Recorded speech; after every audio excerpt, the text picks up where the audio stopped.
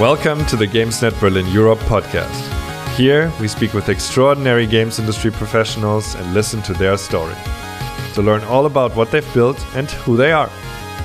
GamesNet Berlin Europe is the international games industry initiative of MediaNet Berlin-Brandenburg, the networking association for the media, creative and digital industries in Germany's capital region. My name is Simon Ohler, and I will be your host for this program. Today, I'm speaking to Philipp Hübner. Phil is the Chief Business Development Officer at Challenger Mode, a Stockholm-based esports infrastructure platform. What that means, you will find out during the episode. Phil and I have worked closely alongside each other at Twitch and have been friends before that time, so I'm delighted to catch up with him on the show and offer you, the listener, a more personal touch between my guest and I. In part 1, which you're listening to now, we speak about Challenger Mode, what it is, the company's purpose, and how they intend to achieve that purpose. We cover Phil's career, ranging from managing an esports team in his teens to directing more than 200 writers at an online publication at 18, onto ESL, Twitch, and finally freelance life and Challenger Mode. And during all that, we cover lessons learned, what worked and what didn't, and why esports was always at the core of Phil's career and his purpose. Make sure you subscribe to this podcast to also find part 2 of this episode. In part 2, we go over Phil's personal life, his motivations, what shaped him, and how he transformed over recent years. Thank you for being here, and please enjoy my conversation with Philipp Hübner. Hello and welcome to the show, Phil Hübner. Yeah, thanks for having me. Hey. Hey, my pleasure. Phil, you're the Chief Business Development Officer at Challenger Mode. Is that right? Yes, that's correct. Nice. And before we begin, I think for context, it's nice to know that we've actually known each other for quite some time. So I was quite happy to see you on my guest list here. I believe we've met maybe close to 10 years ago, 2011, 2012, I believe at Gamescom. Yeah. You were a writer for ESFI. I don't even know if they exist anymore, an old esports coverage site.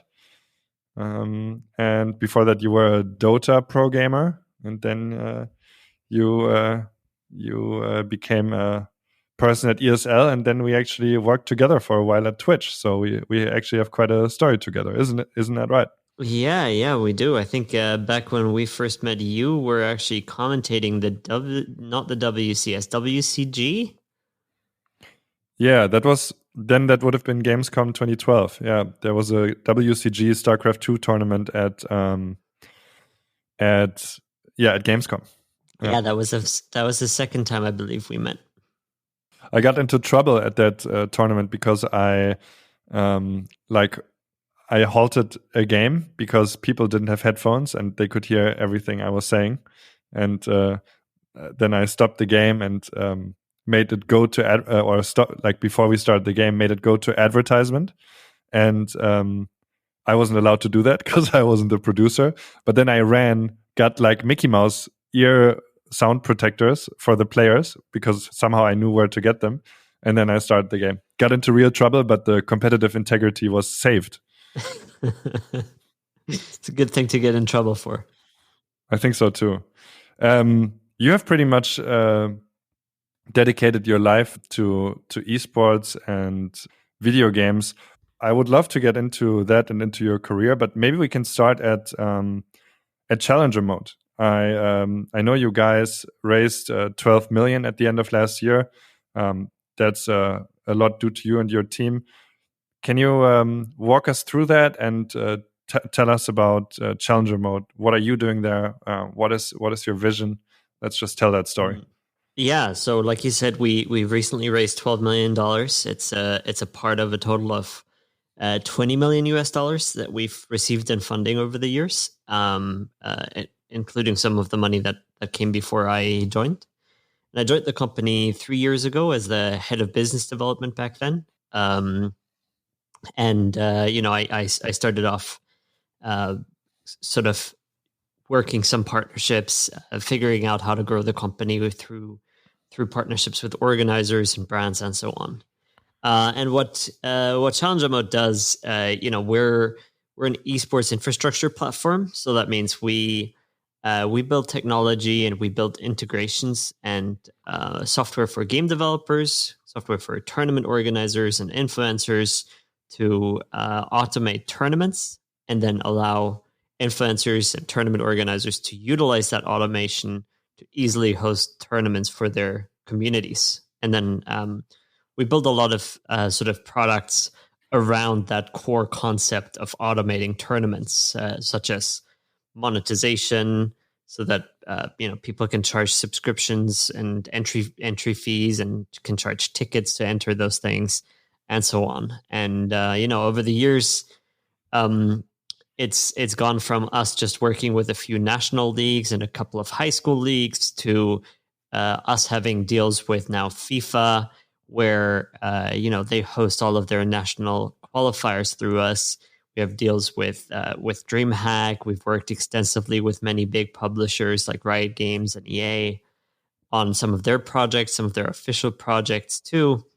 And we have a pretty large and growing footprint also in the collegiate space in general, in the scholastic space, where we in the US help a lot of high school and university leagues do what they do. And you're in Sweden, right? Challenger Mode is a Swedish company, so you already have global reach with your platform. Yeah, exactly. So when I joined the company 3 years ago, we were actually only open to the Nordic market, so just Northern Europe. Just after I joined, basically, we started expanding into the rest of Europe.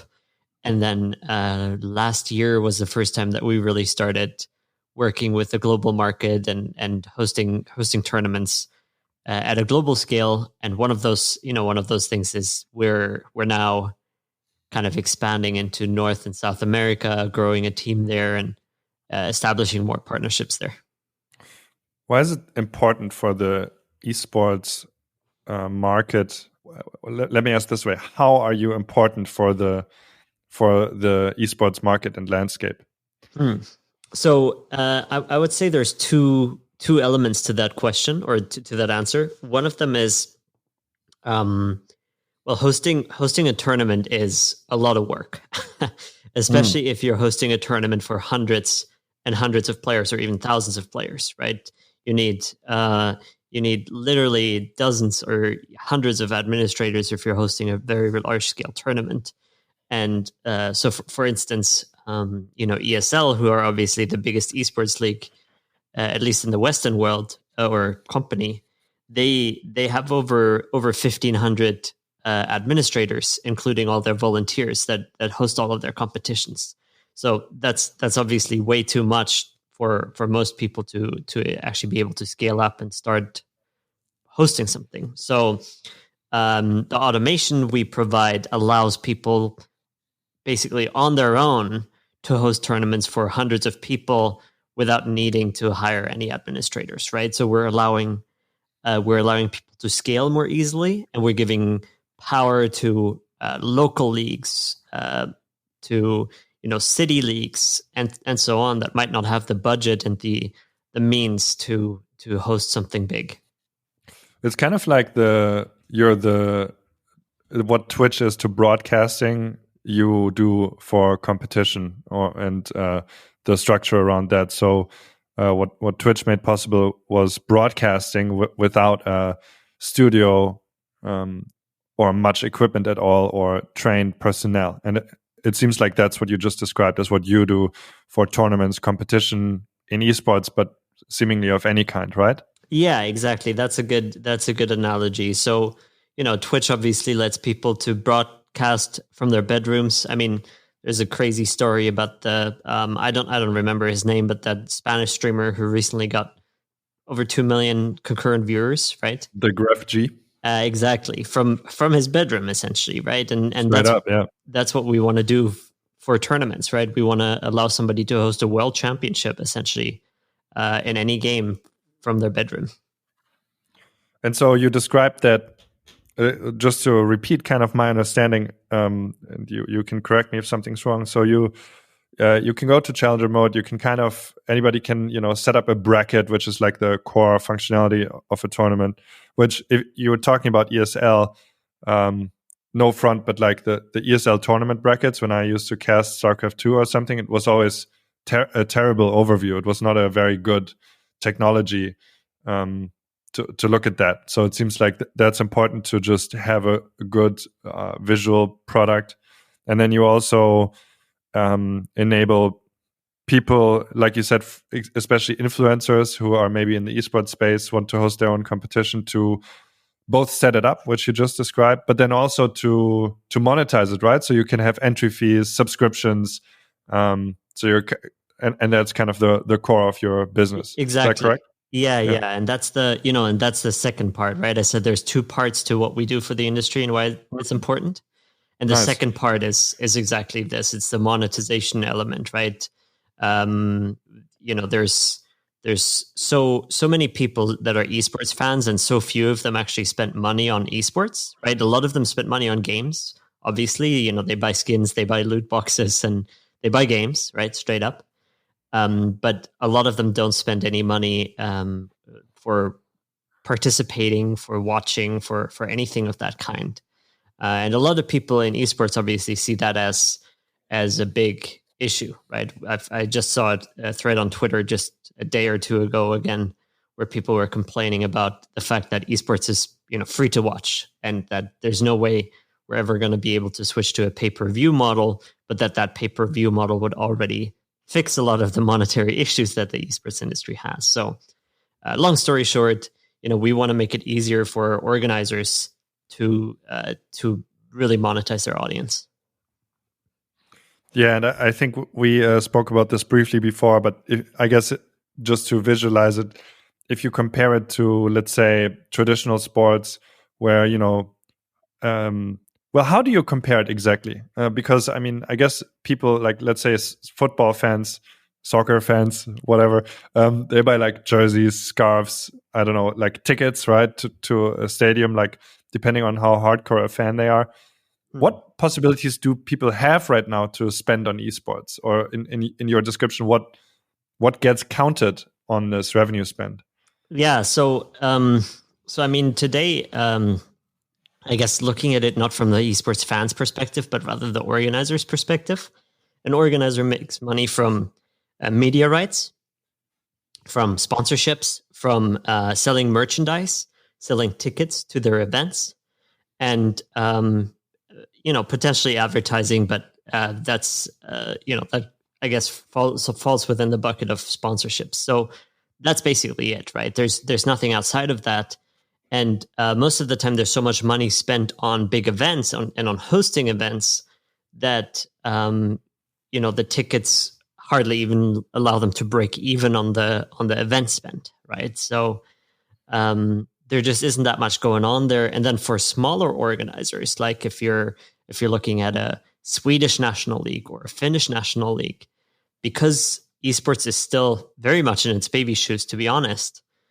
most of these organizers don't have access to selling their media rights, right? They're not big or relevant enough, I guess, quote unquote, to be selling their media rights to anyone. So that's already a revenue stream that's out of the window. So to go to the players or the viewers' point of view, then the only things that they can spend money on is obviously the game itself, and then they can buy jerseys, they can buy merchandise, and they can buy a ticket to go to an event. But that's pretty much it. Right. And then Challenger mode comes in, and could you paint that picture? Because I think then we kind of got it. Yeah, absolutely. So basically, we would come in there, and we give you the ability to host hourly tournaments if you wanted to, right? You could be hosting a tournament that runs once every hour, that gives you prize money, that allows you to win access to something, that allows you to win points over time, whatever it is you want to do. And then we give you control over that, and we let you charge a subscription, which you're free to set the price of that subscription as well. Or you can sell a season pass, right? Where you can say, okay, I'm going to sell a ticket once every 6 months, and that's the whole season. And if you buy this pass, you're going to be getting access to all the tournaments we run. So that could be, as an example, like a national/collegiate league. I think something you mentioned. I'm also imagining, let's say, a streamer. I've been watching a lot of Apex Legends streams because I've been trying to get better at that. And they're obviously constantly in competition. And much like many streamers have like Discord servers running where there people can meet and stuff, it seems like it would be valuable to have a tournament or a series of tournaments running, just like as a beat kind of channel to your stream, where your guys can subscribe and then just, let's say, while you stream or something, they can all the time play intra community against each other. Is that a good example, or do you have a better one? Yeah, I think that's a good example, and another good one. Obviously, both of us having a past at Twitch. Another good one is sort of this notion of, if you're a Counter-Strike streamer, right? You play nothing but Counter-Strike on stream. So you play Counter-Strike for 8 hours a day, every single day. Maybe you have a day off once a week, right? Maybe you play more once a week. Yeah, exactly. So that's what their schedule realistically looks like, right? So obviously these guys get bored of their games sometimes, and they need to find new ways to make things engaging. And I truly believe that running tournaments for and with their community, right, playing with their community, is a good way to mix things up and make things a little more exciting again. Got you. What would you say, to round up the thing about challenger mode? What would you say is your vision? What do you want to be? Where are you? What's your moonshot? What are you aiming at? So we want to be. Well, simply put, we want to be the home of esports, right? We want to be the infrastructure, the railroad that takes you through the world that is esports. So when it comes to game developers, we want to enable them to tap into all the hundreds and thousands of organizers that use Challenger Mode. For the organizers, we want to enable them to utilize these automations and tap into our good relationships with these game publishers and developers to be able to easily host competitions and perhaps even get support from the game developers directly. Nice. And you've also told me you want to be the tech platform of esports. Yep. Can you elaborate on that? Yeah, I mean, so one of the things that esports traditionally has done is that every esports company goes out and does everything, right? Like the reason that ESL has a tech platform, the reason that ESL has a store, the reason that ESL has all of these things is that they kind of had to, right? There was no one to help them do any of these things. And to explore how do we make money in esports, they just had to build everything themselves. But obviously, ESL is actually best at hosting events, right? They're absolutely kick-ass at hosting big stadium events, doing AAA broadcasting and so on. And so we have this belief that, we don't want anybody to have to do everything themselves. And we believe that a company that is fully focused on tech can build much better tech than any company that isn't, right? Got you. Makes perfect sense. Thank you. Let's talk about your career. Like I mentioned in the beginning, as far as I know your bio, and I know you a little bit, you started out as a Dota pro player, as a writer in esports, and then as kind of a product manager at ESL. And as you can see today, you're still deeply involved, probably more than ever, in the, let's say, the possible core of the esports industry. When did you dedicate your life to esports and games? So this is actually funny because I can pinpoint the exact moment that happened. I had hoped so. Yes. So obviously I've played games all my life, right? Like I was 2 years old when I played my first video game, which was Worms, actually, on my uncle's computer. And then I quickly, picked up Quake and Unreal and a few games that I probably shouldn't have played at my young age. but I had access to those games because my family was very, very techy.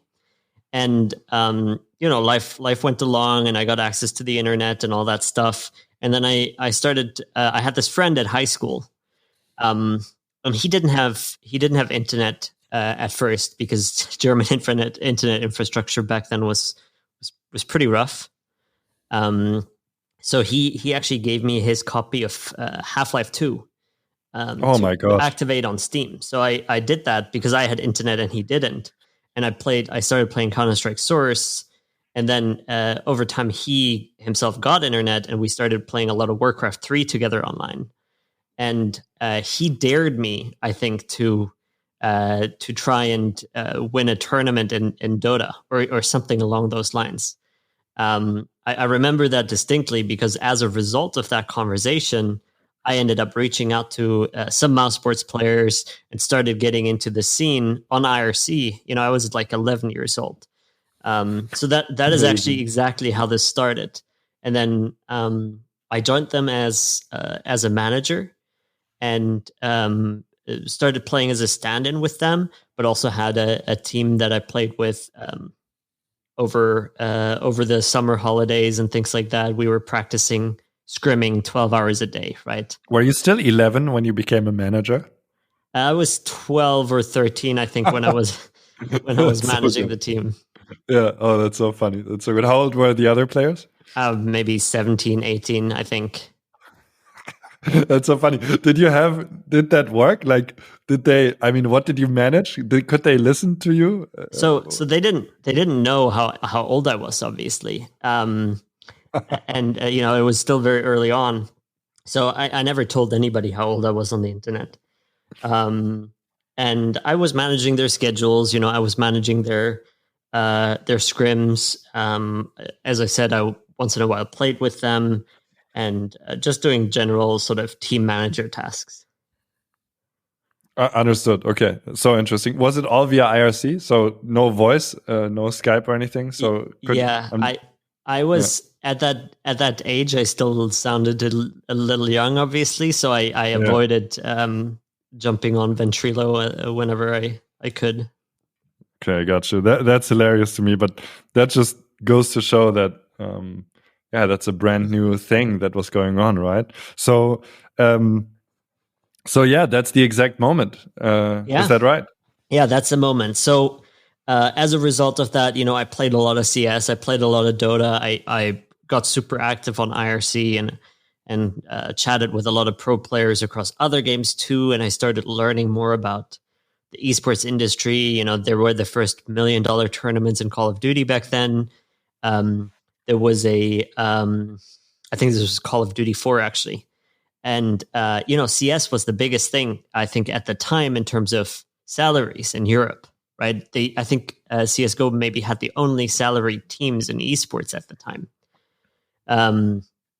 So then as I learned all these things, we qualified for ESWC in 2005, mouse sports, that is. So just a couple. So I guess CSGO wasn't around at the time, but it was CS Source. Yes, CS Source, and CS 1.6 was actually the game that had the salary teams.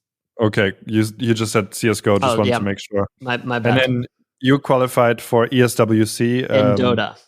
In Dota, exactly. Just to get these things straight. So please continue. So we qualified for ESWC in Dota, and we weren't allowed to. Oh, apologies. Let me mute that.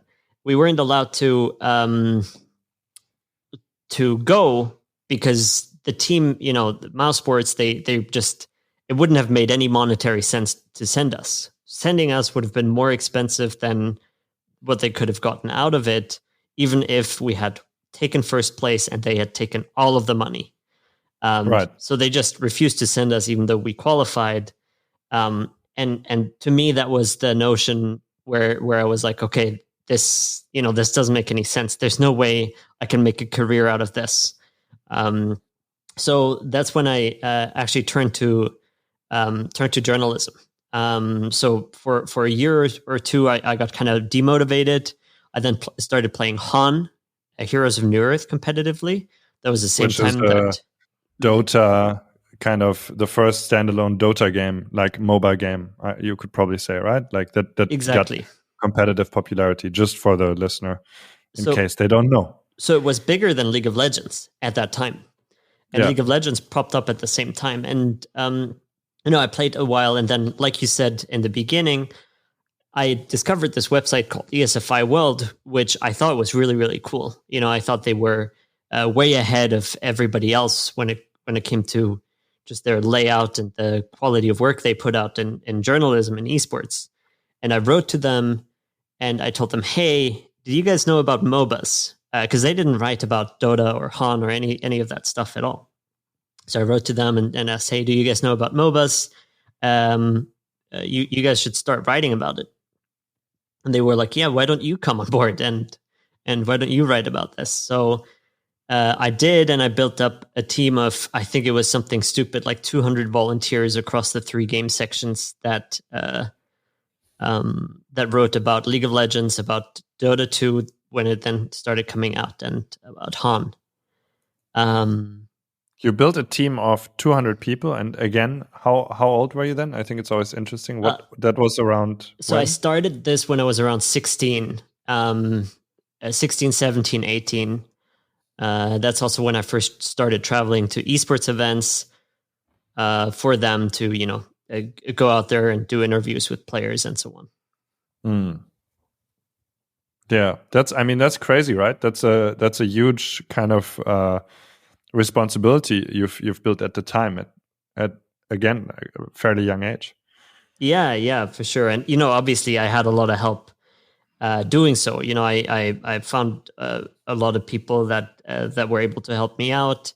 One of them is Philip Aram. He's now the COO at Evil Geniuses, which is a major esports team, and a couple other people that are still in esports to this day. So there were a lot of passionate people at ESFI that made it all happen. A lot of whom are definitely still around and still doing things. Yeah. So let's move it along to ESL. Your times at ESL and at Twitch. And you can correct me if I'm wrong, that your times at ESL and Twitch weren't really, let's say, super high times in terms of your career progress. Just is that roundabout correct, or how would you see that? I would say, when I dropped out of school and I joined ESL, that was when I was 18. At first it really wasn't what I imagined, right? Because I was an intern, so I was laying cables and doing things like that. So the first year or so was a lot of career progress for me personally, right? Being promoted to being a product manager. But after that, I would say I stagnated pretty quickly. Yeah, it was definitely a pretty micromanagey environment, especially because it's all project management and in that company, or it was at the time. And how long did you stay at ESL, and how was it? What did you end up doing then? Yeah, so I was at ESL for 3.5 years. And in those 3.5 years, I went from being an intern to being a product manager to where I was part of the Intel Extreme Masters, which was, at the time, I would say the biggest tournament series in the world. And we were the ones that put esports into a stadium for the first time too. So I was lucky enough to be a part of that. And, my job was essentially all of their communication, right? I was in charge of all PR, of the web presence, of all of their social media channels for ESL and IEM. And then I started also there and helped build up their editorial team when they went and started building an editorial team, which obviously came naturally to me after having done what I did at ESFI. Right. And then there was a time where you transitioned to Twitch. How did that happen? Yeah, so after a while, I felt like I was ready to move on from ESL, and I started looking around. I applied for a bunch of companies. Transparently, I did interviews with with Riot Games. I flew to Dublin. I did a bunch of interviews with other game companies in Amsterdam. And in the end, I moved to Scotland with my to live with my girlfriend at the time. And during that time there, I was applying for a bunch of remote positions, and one of them was promotions manager at Twitch. And then I was hired for that job, and kind of it was very close to what I did before, because it was essentially very focused on Twitch and Twitch esports, right? It was focused on all of the esports activities that were going on Twitch, and the promotion of those, making sure that people are watching them, that people are aware of them. Right. Sorry, I wasn't ready for that pause at all. I thought the story would continue. I mean, I can continue the story there. I within I think half a year or so. I think it took about 4 to 6 months. We moved my position from being part-time to being full-time. I moved to London, where I worked alongside you as well, where I was in charge of content marketing for basically the European region. And then, at first there, I had a huge growth spurt career-wise, I would say, where, I got the opportunity to pitch for a new job towards the VP of marketing at the time. Was put in charge of sort of international marketing. So I started working not just with a European team, but also with a Latin American team, and the Japanese team, and Taiwan and Korea and so on, and helped them with the coordination of all their product marketing and content marketing and all of that stuff. So that was very exciting. But then after a while within that role, I would say I have found myself into a similar position of sort of stagnation again, where I stopped learning. And what would you say were you motivated towards? What were you in all your kind of, because there's a pattern that I would describe of like, well, you go somewhere and you actually take significant responsibility for another pro team that you're like part of at 13, 14, for a whole new section on a site, and team that belongs to that at 17, 18. And then, the story, and that's why I kind of prefaced it with like, maybe ESL and Twitch wasn't so much for you. It seemed like there you just didn't get the responsibility that you needed to thrive. Would you say that's right? I would say yes, to some extent. I think I was given some responsibility. So I think they were very important steps in my career growth, right? Because I was given more and more responsibility over the years. But obviously, as soon as I was, things were stopping, as soon as I was not given more responsibility anymore within these companies, right, that's when I would say, yeah, I lost my interest. Right. And so you ended up leaving Twitch. You went on a freelance journey, I would say, and ended up at Challenger Mode, what we talked about today already. What are you doing now? And I mean, feel free to tell the story how you got there. And then also, I'm very curious, what are you doing now that's different, that enables you to, have a significant impact? Leading a team, raising multiple $1 million. What's different now? So I think one of the things that I've always lacked is formal education, and one of the things I've always had was an ability to connect the dots, right? If that makes sense. I think I've always been pretty good at seeing opportunities, seeing windows of opportunity and collaboration. And so it was kind of obvious for me to take a step into business development. It's definitely taking that step after leaving Twitch. And as a freelancer, I also did business development. That was definitely something that allowed me to thrive personally, directly. But then beyond that, I would say it's been a very big focus on not just trying to succeed myself, but it's always been a focus on how do I make others succeed? How do I create opportunities for people around me? And can you be concrete on that? Because I'm very curious about that from a behavioral standpoint. How do you create opportunities for others at the moment? What exactly do you do to make that happen? Maybe a few examples, maybe some general habits.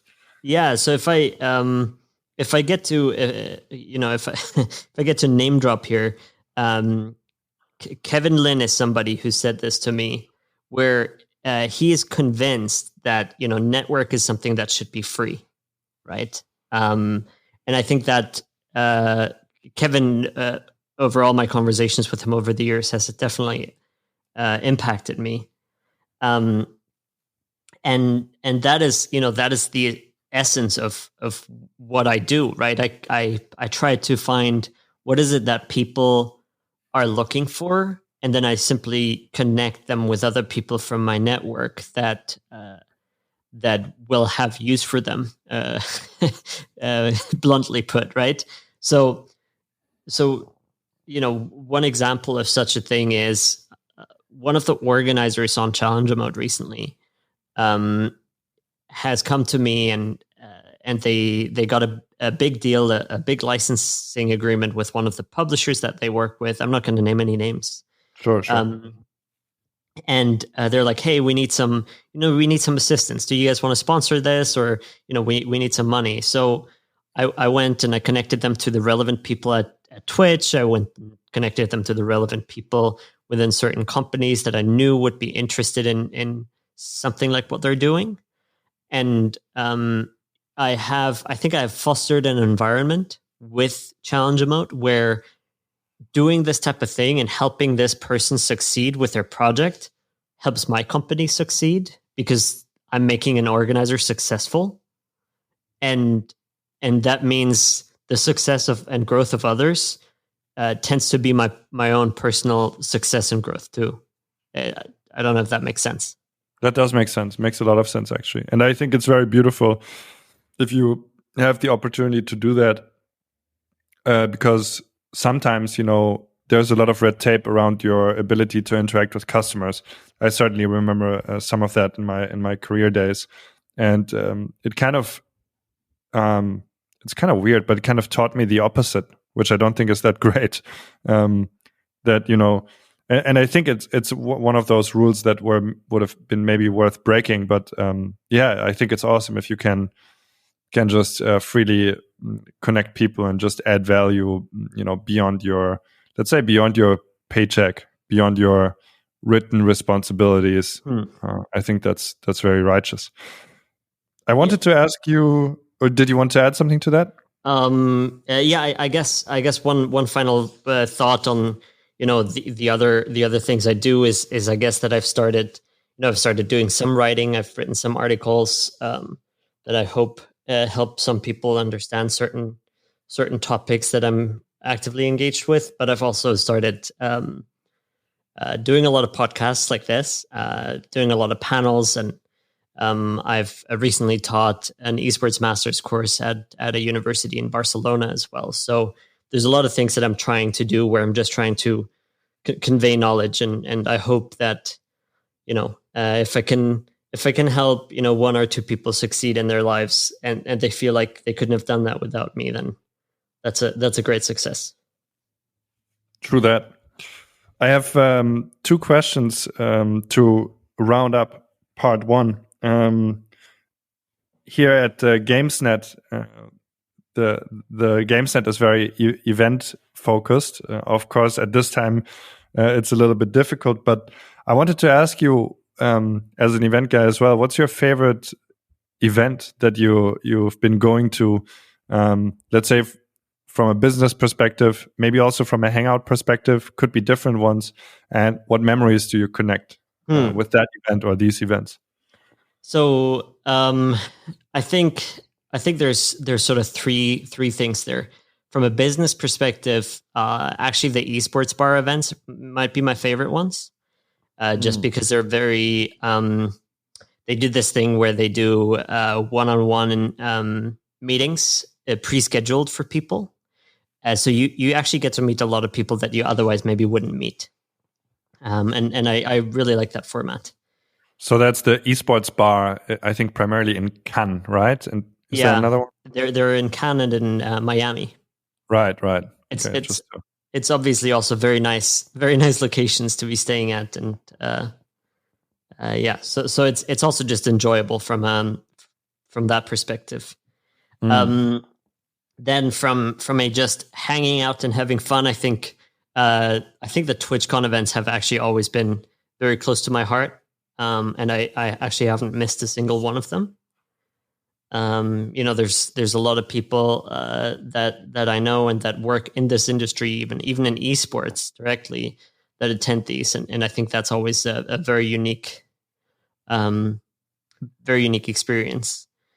And generally, I always enjoy events that based on specific cities that they're in, right? Because there are just some great cities that I really enjoy traveling to for event purposes, and I think my favorite ones, at least here in Europe, are probably London and Berlin. Likely just for the fact that I still feel somewhat at home in London sometimes, but yeah. I got you. And speaking of Berlin, what's your favorite memory that you connect to Berlin? You know what? That might actually be a previous TwitchCon event. So TwitchCon Berlin, what do you memorize from there? What do you remember from there? It was just, I think I was hanging out with a really nice group of people. Sort of after the event, it was very enjoyable from that perspective, and I think there were a lot of nice places to go for the frame of that event as well. So yeah. Awesome. There will be a part 2 coming up where we talk more about life in general and your development and all that. For now, for the people listening to part 1, you mentioned you're writing articles, you're doing podcasts. Where can people find you? The easiest way to find me is definitely on Twitter. That would just be Phil Hübner on Twitter. And that's let me see, PhilHubner. Exactly. And my Medium account is also directly connected to that, so it makes it easy to find all the articles I've written on Medium as well. Very nice. And your podcast, where can we find that? So we release a podcast as Challenger Mode, actually. It's called Esports Odyssey, in which we interview pro players and other esports professionals and talk about how they got where they are and what tips they have for other people trying to achieve the same. And you can find that on Spotify, on iTunes, basically anywhere. Amazing. So it's Esports Odyssey. Yep. Thank you, Phil. I see you in part 2. Excellent. Thank you. Thanks for listening to part 1 of this episode. Be sure to also check out part 2, which will be released 2 weeks after part 1 on all podcast platforms. So it might already be out by the time you hear this. Whatever platform you're on, subscribe or follow the GamesNet Berlin Europe podcast to listen to many more insightful conversations with fantastic games industry guests from Berlin and from all over Europe. Thank you very much and see you very soon. Bye-bye. Hi there. Before you go, this is Florian, Project Manager for GamesNet Berlin Europe. If you want to stay connected to the network, find out more about upcoming events and links to other MediaNet initiatives, you can visit us at gamesnetberlin.eu and subscribe to our newsletter. Thank you so much for listening to our podcast, and until next time.